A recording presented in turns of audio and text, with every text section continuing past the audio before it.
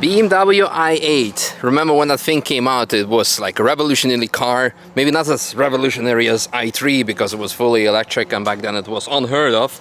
But this is pretty much the first hybrid, more or less, of the BMW. Yeah, and in like a sports car configuration. Exactly, in such a nice shape and form. It is, if my memory does not, is correct, is it like 3-cylinder or? Yes, 3-cylinder. 3-cylinder. Turbo 3-cylinder. Turbo 3-cylinder. Nowadays it's completely normal, but back then. 1.5. Yes, yeah, I think it's the same what we had in our 218 and the Mini of Diana has. I think it's probably the same engine, probably a bit more horsepower. And what's the power output combined, all the system? 368. 368 on what weight? 1480. So really? not too bad. It's actually really not too bad if you take into consideration that nowadays hybrids weigh way over 2 tons. Looking at you, AMG C63. This is actually completely cool. Actually, a couple of people asked me, well, hey, don't you have a video of an i8 on your channel? I don't, until today. I don't know what else to say, except for the fact that remember back in the days when everyone loved the BMW design and that this is absolutely gorgeous and amazing, and nowadays it's kind of controversial, let's call it that way. Look at that. Is that the door handle? No, door handle is on the inside. Inside, okay. It's not. Okay, there you go. Ooh! Wow, fantastic. No, this is proper like futuristic sports car feeling, and it aged very nicely. I mean, I guess enough talking, let's hop in, do a lap. We are on a fully stock car, I guess. Yep. So, completely stock. We have, what is it, Bridgestone Potenza tires? Yeah. Factory tires, I guess? That's what... or is I don't know. Okay. Now we'll just enjoy and see how the car handles. If it's a proper 3-cylinder carbon fiber monocoque. It's exposed all over. Yeah. Like the doors as well. Yeah, amazing. Let's check the pressures according to specifications. 2.2, 2.3. This means that the car is actually very light. Very light, very light. So, yeah, let's go, let's go. Excited to feel the roar of this 3-cylinder baby. But jokes aside, when we had, please go ahead. When we had our 218, that was for me like one of my favorite cars, especially to instruct back in the days when I would be instructing. Yeah. Because it was about the setup, it was about the momentum you could keep with the car. So power-wise, it's alright. I'm really excited to see what you're gonna do because I think it's gonna be a bit frightening. You should take off your sunglasses. Oh yeah, you want my reaction? Yeah, well not me, the people. Oh, yeah. Sure. Acceleration is quite okay.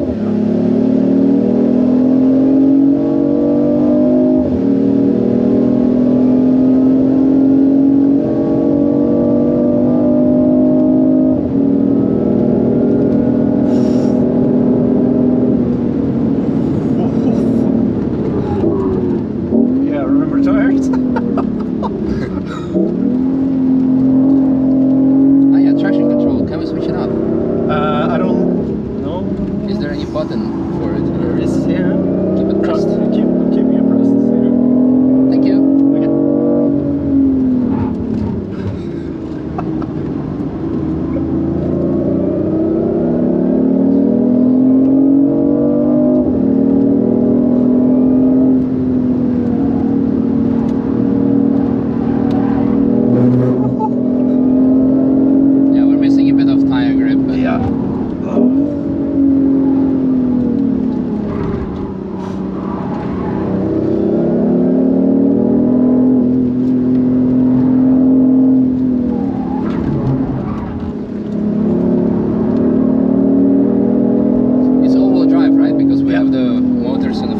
As long as we have battery. Yeah, alright.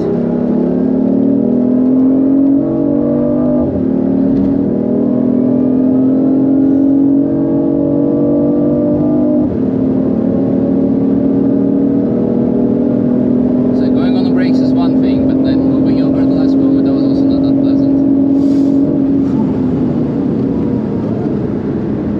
Okay.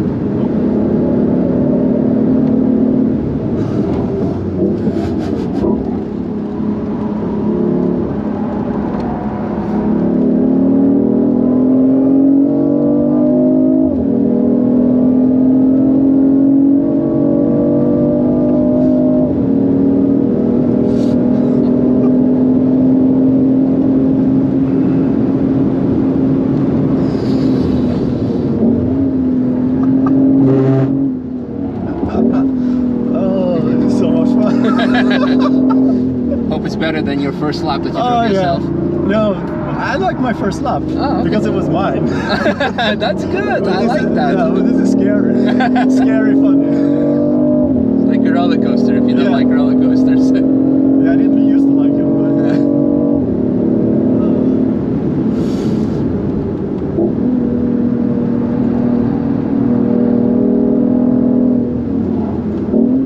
yeah, the brakes are getting a bit soft.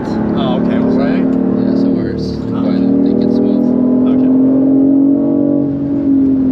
It's just the anticipation because I know every corner in my head, Ah. so I know what's coming up all the time. That's good.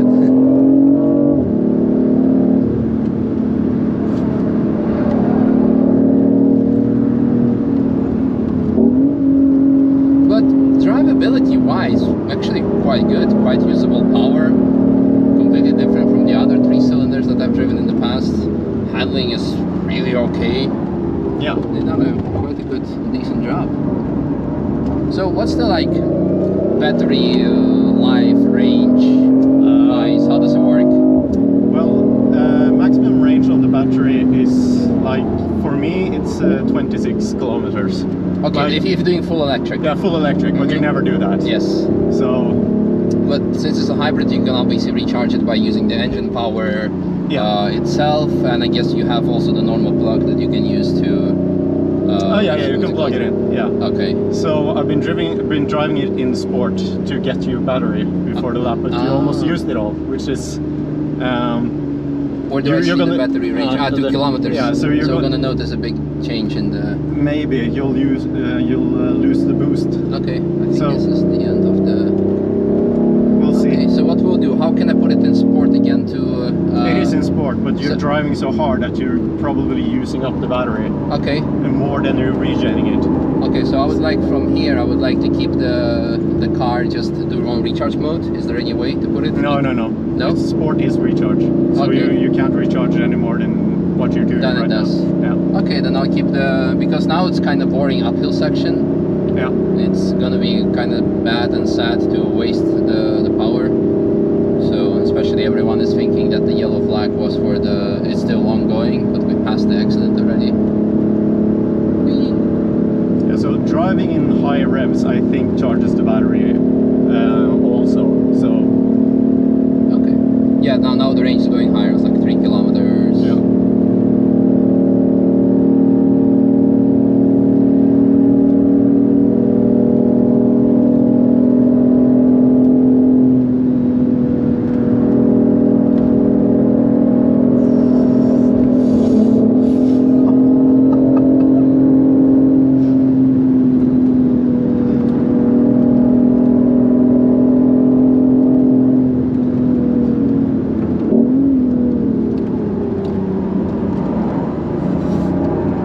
Tires. They disagree. They disagree. Oh.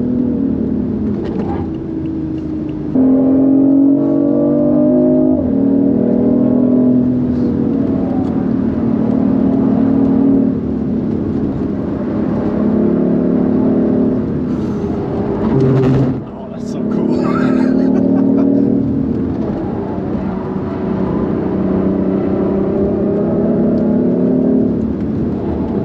This is really steep. Yes. And That's surprising. the thing is, this corner always catches me off guard because I get reminded of the physics and the gravity. Yeah. When you go on the brakes, it's still being pulled down a lot. Yeah, we're out of battery. Ah, okay. You can feel it? Yes. Okay.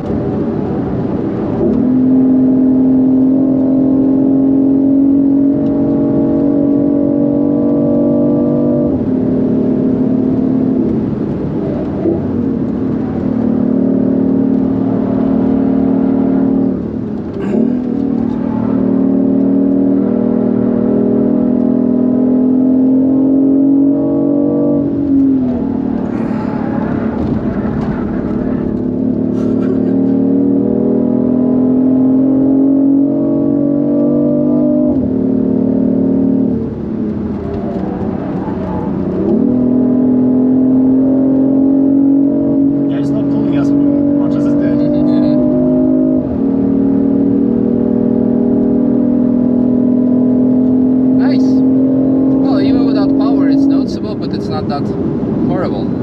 I liked it. You know, it's a really good car. It's my biggest fear would have been like that back then when the car was introduced, it was like a pseudo wannabe, like it would have been like more marketing product than an actual working car. Yeah. But it has actually, like performance-wise, it delivers. Yeah. It may not be as good as, I don't know, like 600 horsepower or something, or not as light as a Lotus and not that, but I think this car was also, of course, aimed at people who want to be like revolutionary, want to be the early adapters, want to have some sportiness, design, of course, as well. And for these kind of people, like performance-wise, it will be more than enough, because no one is like, of course, there's 1 or 2 guys in the world that are taking them out on track, like we are right now. But for everyday sporty feeling, you go through mountain passes, I know, even if you go grocery shopping, even then, the car is actual, like proper, really pleasant to drive. And the fact that it only is a 3-cylinder, you don't feel it, because even contemporary 3-day cylinders, from which, well, from this engine that they are derived, it's really like they're incomparable. They're really lazy, they're slow. Of course, it's different tuning, mapping, different build, different turbos, but this is actually like very doable. Even when we ran out of battery, it was still good. I didn't have much to complain. It was, of course, not as good as the beginning. The car started to understeer a bit more, because you just had randomly front weight on the front without doing anything. But it was good. Like I liked it. Fully charged, better tires, and maybe better brakes would be very good. It would be extremely good. The question is, it would be definitely better. You just need to see what would be the limiting factor of the suspension. Because if you put stickier tires, then the car may start to move more. But I think if you just put PS4S's on, which is like not a Cup 2 tire or so, like a very high performance street tire, that would be already significantly better. But obviously, you said you don't know, but if this car is having like factory tires, that I know that they're oriented more on having a better range. This means it's less roll resistance, less grip, and that was my to-be wife. Less grip, less roll resistance. That's why probably it was not the best, but it was still not horrible. No, I'm really positively impressed. Like I said, how old is the car now? It's 2016. 2016, yeah. And the first ones came out in 14 or 13, I think. Yeah. No, amazing. And what's today's now, like, roughly value of them? Oh, it varies a lot. I would put this one at like 70,000-80,000 euros. Okay. No, there's so like what were they new? Do you know roughly? I only know in Norway, and but they're too much. Way too much, but still probably cheaper than other cars because of less emissions, or still. No, the hybrids didn't help that much with price in Norway. Guys. So it was, I would say, 150,000. Okay, so okay. No, it still holds relatively okay, the value then, I guess. I think they bottom out now. So, yeah. No, and probably, who knows, it might become like a collector's item in the future. Yeah. Because it's unique. It was like a special thing. I loved it. And I got the red one, which is only 400 in the world. Really? Yeah. Fantastic. Nice. It even says here... Protonic. Protonic red. Yeah. Nice. Fantastic. Thank you so much. Hope you enjoyed. Yeah, it was awesome. Awesome. Good to hear.